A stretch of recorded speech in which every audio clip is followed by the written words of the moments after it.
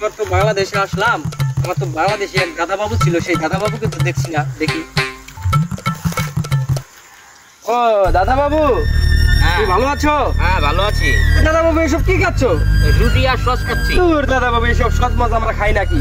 আমরা যে সকালে নাস্তা করি, এই ফলমূল খাই, এটা বুটাবাটি দিয়ে, বাসি বুটাবাটি দিয়ে আমরা বাংলাদেশে পাঠিয়ে দিই সস বানিয়ে। এসব মানুষ খায় নাকি? আল্লাহর কিস্তিমতা পোয়াই কি রে? এ দাদা বাবু, এদিকে আসো, এদিকে আসো।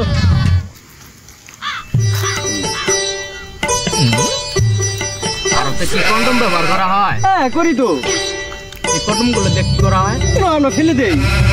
আর আমাদের বাংলাদেশে কি করা হয় জানো? না। আমাদের বাংলাদেশে ওগুলা কন্ডম ব্যবহার করার পরে আমরা ফেলে দিই না, ওগুলা দিয়ে আমরা চুইংগাম বানাই। চুইংগাম বানায় ভারতে